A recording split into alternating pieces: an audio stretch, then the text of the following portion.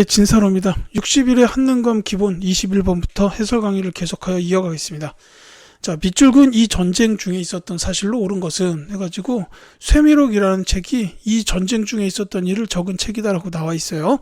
자, 왜군의 침입과 약탈을 비롯하여 곽재우, 김덕령 등 의병장의 활동도 기록되어 있다라고 되어 있죠.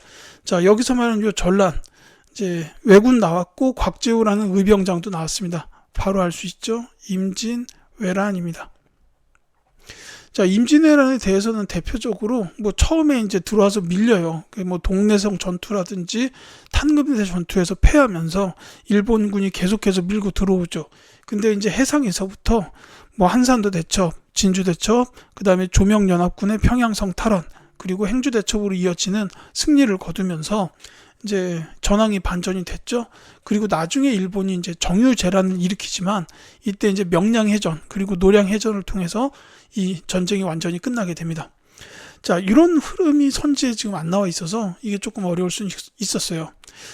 정답을 말씀을 드리자면 이 시기에 있었던 또 다른 일들, 그러니까 이를테면 선조가 의주로 피난을 갔었다라든지 아니면은 이때 이제 조총의 필요성을 느껴서 우리나라에서도 조총 부대를 창설했다라는 거죠. 그게 훈련도감인데 선지의 3번이 정답입니다.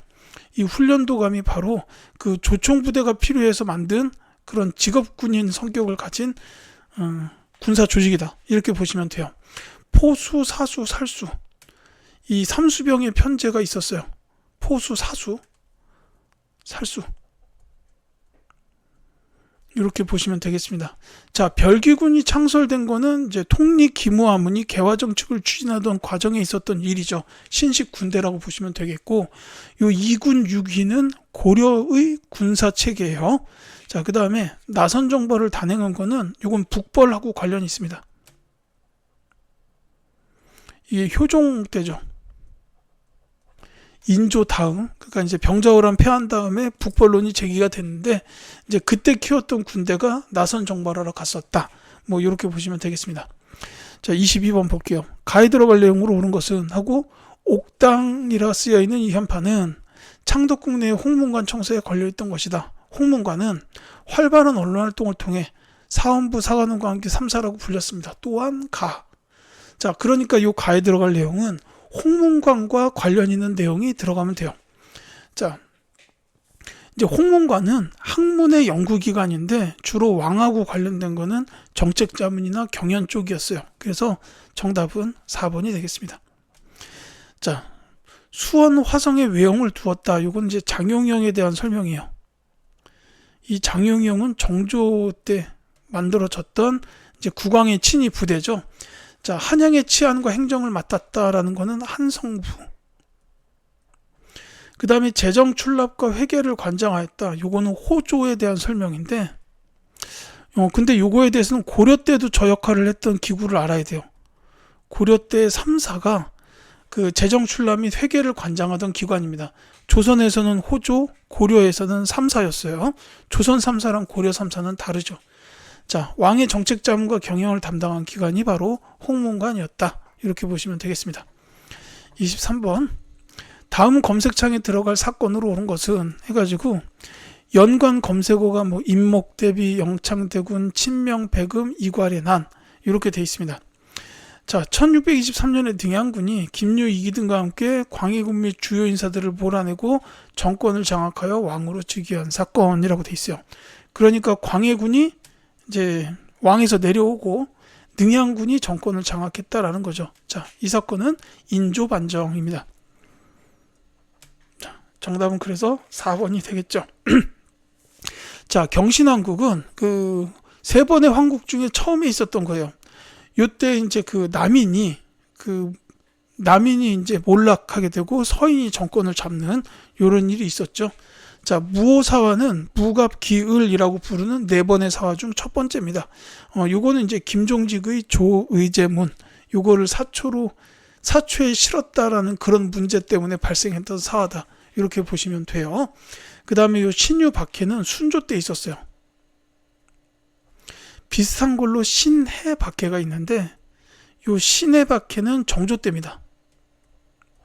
근데 이제 정조 때 신해 박해는 그냥 윤지충 요 한 분 정도가 처벌을 받았다라는 건데, 이제 순조 시기에 왔을 때 나온 신유 박해 요거의 경우에는 이 당시에 세도 가문들이 아예 그 천주교 쪽을 완전히 이제 몰아내는 요런 박해였다고 보시면 돼요.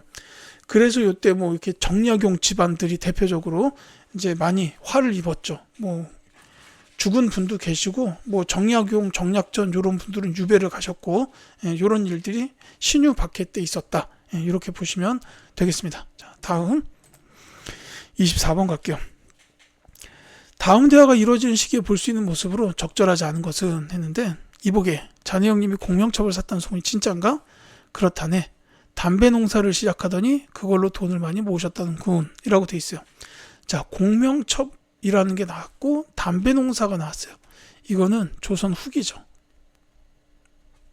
특히나 이 공명첩을 사서 이제 뭐 관직을 돈 주고 샀다 뭐 이런 건데 매간매직이죠. 그러니까 저거는 주로 세도 정치의 시기다라고 보시면 되겠습니다. 자, 이 시기에 볼 수 있는 모습으로 적절하지 않은 건데 읽자마자 정답이 나오네요. 노급을 지급받는 귀족, 요게 이제 정답이 되겠습니다. 요거는 신라 시대, 뭐 통일신라 포함하는 그 시대라고 보시면 돼요. 신문왕 때에 들어서 관료전을 지급하고 노급을 폐지하는 이런 개혁이 이루어졌지만, 나중에 가서 경도강 시기에 다시 노급이 부활했다라고 이제 기억해 두시면 되겠습니다. 자, 고구마를 재배하는 농민, 이 고구마는 구황작물이에요. 그러니까 그 흉년이 들어가지고 쌀 뭐 이런 걸 먹을 수가 없을 때 대신해서 먹었던 거를 이제 구황작물이라고 하는 거죠. 감자, 고구마 이런 건데, 이 세도 시기에는 저 구황작물마저도 나라에서 이렇게 많이 가져갔던 시기이기도 합니다. 자, 관청의 물품을 조달하는 공인, 대동법이 시행되면서 성장한 상인 계층이죠.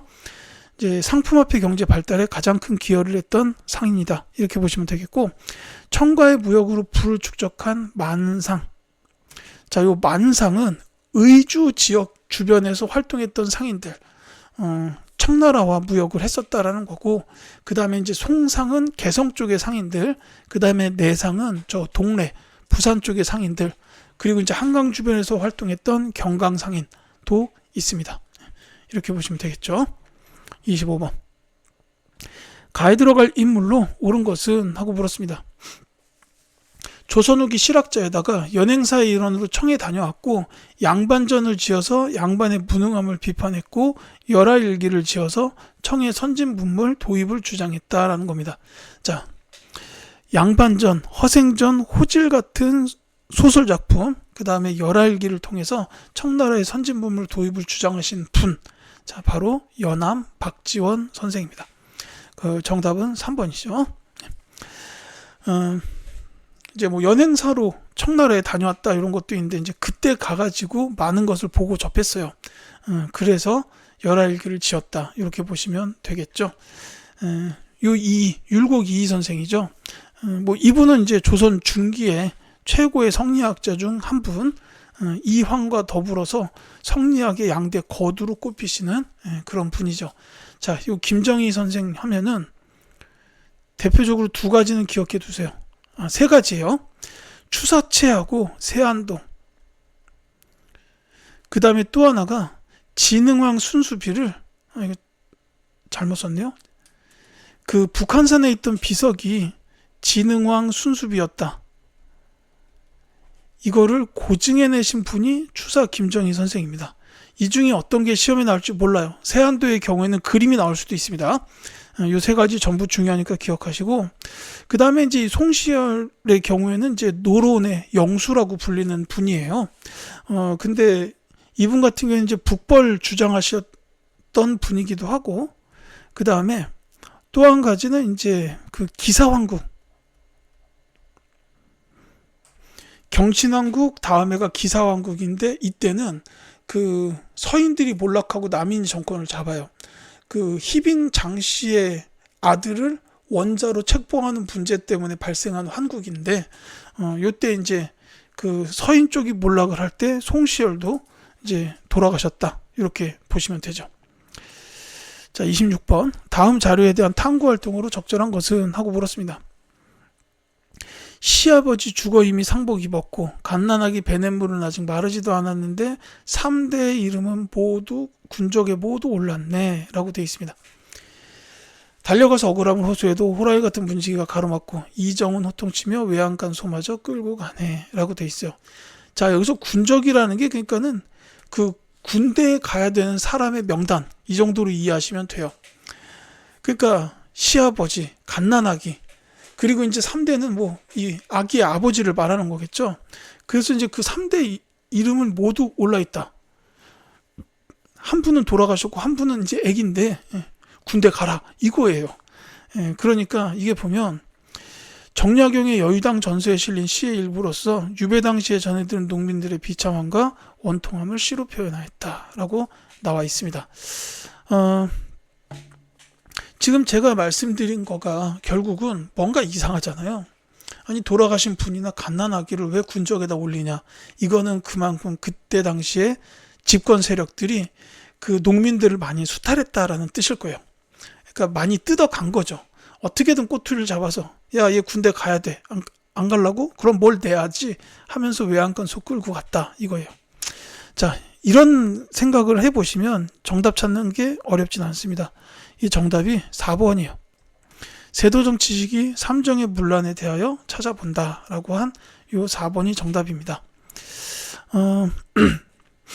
이제 아까 제가 저 신의 박해 나왔을 신유 박해 나왔을 때 신의 박해 같이 말씀드리고 이러면서 이제 얘기를 했는데 이 이제 정약용 선생이 이제 유배 갔을 때가 세도정치 시기였어요. 그래서 이때 이제 삼정이 문란해지면서 백성들이 살기가 점점 힘들어졌던 그런 시대입니다. 이제 그거랑 관련됐다라고 보시면 되겠죠. 자, 과전법 실시의 배경에 대해 살펴본다. 이건 이제 고려 말에 그 신진사대부와 이성계 등 신흥 무인 세력들이 정권을 장악한 이후에 시행된 토지 관련 법안이죠. 권문 세족들의 경제적 기반을 무너뜨리기 위해서 시행한 법 이렇게 보시면 되겠고, 조선형 평사의 활동 내용을 조사한다. 이 조선형 평사는 형평운동을 펼쳤던 기관이에요. 단체예요. 백정의 신분의 방이죠. 사회적 차별 철폐. 이게 1920년대 일제강점기 시기였는데 이때 공식적인 신분제는 없어진 상태였습니다만 그래도 백정들은 사회적인 차별을 받았으니까 이제 그거를 철폐하겠다라고 한 게 형평운동 이렇게 보시면 되겠고, 전민 변종도감이 설치되는 과정 공민왕식이죠. 자, 다음 문제 가도록 하겠습니다. 27번. 밑줄 그은 학교로 옳은 것은? 하고 물었습니다. 자, 이것은 1896년에 선교사 스크랜턴이 여성의 신학문 교육을 위해 세운 학교 사진이다. 최초의 여의사 박에스더 3.1운동으로 순국한 유관순 등이 이 학교에서 공부했다라고 되어 있습니다. 자, 이건 이 학교 학생들은 다 아실 거예요. 스크랜턴 여사가 세운 학교, 심지어 이제 여기 박에스더는 모른다 해도 유관순 누나라고 하면 좀 이상하지만, 유관순 열사 이렇게 말하는 게 맞겠죠. 이분께서 여기서 공부하셨다라는 거예요. 바로 이화학당입니다. 정답은 4번이에요. 자, 요 오산학교 같은 경우는 좀 신민회 여기서 세운 거고, 유경공원은 이제 1880년대 초에 그 정부에서 세웠던 국립교육기관이에요. 그리고 요 배재학당 같은 경우에는 이거는 설립하신 분을 외울 필요는 없지만 아펜젤러 요 분이 세우셨고, 요 이화학당은 여기 나와 있다시피 스크랜턴 여사가 세우셨어요. 자, 여담이 되겠지만 요 두 분은 지금 서울에 저 양화진 선교사 묘원에 같이 잠들어 계십니다.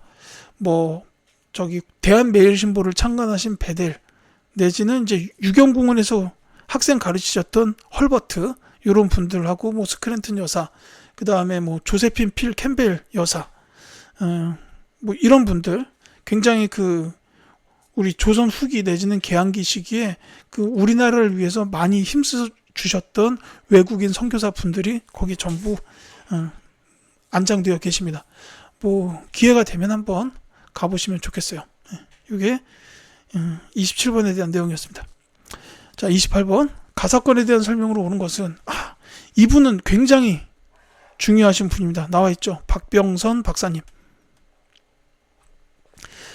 자, 프랑스 국립도서관 사서였던 박병선 박사는 가하 때 프랑스군이 약탈해간 외교장각 의궤의 소재를 확인하였다. 그는 오랜 노력 끝에 의궤 목록을 만들어 세상에 공개하였고 2011년 의궤가 145년 만에 우리 땅으로 돌아오게 하는데 기여하였다라고 되어 있습니다. 이 박병선 박사님이 요 외교장각 의궤를 비롯한 약탈당한 도서들 이거를 전부 반환을 받으려고 되찾으려고 일부러 이제 박사학위를 딴 후에 프랑스 국립도서관에 이제 취직을 하신 거예요. 그래서 이제 이렇게 노력을 하셔가지고 현재 외교장각 의궤가 지금 돌아와 있습니다. 자, 이분 이름 뭐 얼굴까지는 몰라도 나올 때마다 한 번씩 봐주셨으면 좋겠어요. 자, 그럼 이 가는 뭐냐? 프랑스군이 약탈해 갔다. 이게 언제냐면 병인 양요입니다. 제가 원래 병인양요 관련된 문제가 나오면은 항상 박병선 박사님 한 번씩 말씀드리고 넘어갔는데 여기서는 본문에 박병선 박사님이 사진까지 이렇게 나와 있네요. 정말 이 출제분들에게 감사드립니다. 자, 병인양요에 대한 설명으로 옳은 걸 찾는 문제인데 이 병인양요 하면은 그 병인 박해가 배경이 돼서 일어났어요. 그러니까 병인 박해 때 프랑스 선교사들이 이제 돌아가시기도 하고 이러니까 프랑스에서 이제 그 사실을 알고 강화도를 침략해 온 게 병인 양요입니다. 이때 이제 두 가지가 있는데 정족산성에서 양원수 장군, 문수산성에서 한성근 장군 요 두 분 정도는 기억해 두셨으면 좋겠어요. 정답은 3번입니다. 자, 청군의 개입으로 진압되었다. 요거는 두 가지가 있는데 이모군란하고 갑신정변이 있어요. 자, 그 다음에 제너럴 셔먼 사건이 배경이 되었다. 자, 요거는 이제 신미양요. 그 다음에 재물포조약이 체결되는 결과를 가져온 사건은 이모군란입니다. 이제 이모군란 때 그 90군인들이 난을 일으켜가지고 일본 공사관을 습격을 하고 일본인 교관인들을 죽이기도 했어요. 그러니까 이 군란이 진압된 후에 일본에서는 배상금 지불해라 하고 그 다음에 이제 일본 공사관의 경비병으로 일본군을 주둔시키는 이런 게 이제 재무포조약 때 결정됐다 이렇게 보시면 되겠습니다. 자, 29번 볼게요. 가시기에 있었던 사실로 옳은 것은 자, 이번에 설치할 통리 기무 아문의 담당 업무와 관리 임명에 대해 정해보았습니다 라고 되어 있고 가가 있은 후에 외국 군대를 끌어들여 변란을 일으킨 김옥균, 박영효 등을 처벌하게 하소서라고 나왔습니다. 자, 요 가 이전에 있었던 거는 통리 기무 아문이 설치되던 시기 요거에 대한 얘기죠. 연도상으로 1880년인데 이제 개화가 시작된 지 얼마 되지 않았을 때라고 보시면 되겠고 그 다음에 여기서 이제 김옥균, 박영효 처벌해라라는 거는 갑신정변이다 이렇게 보시면 되겠죠.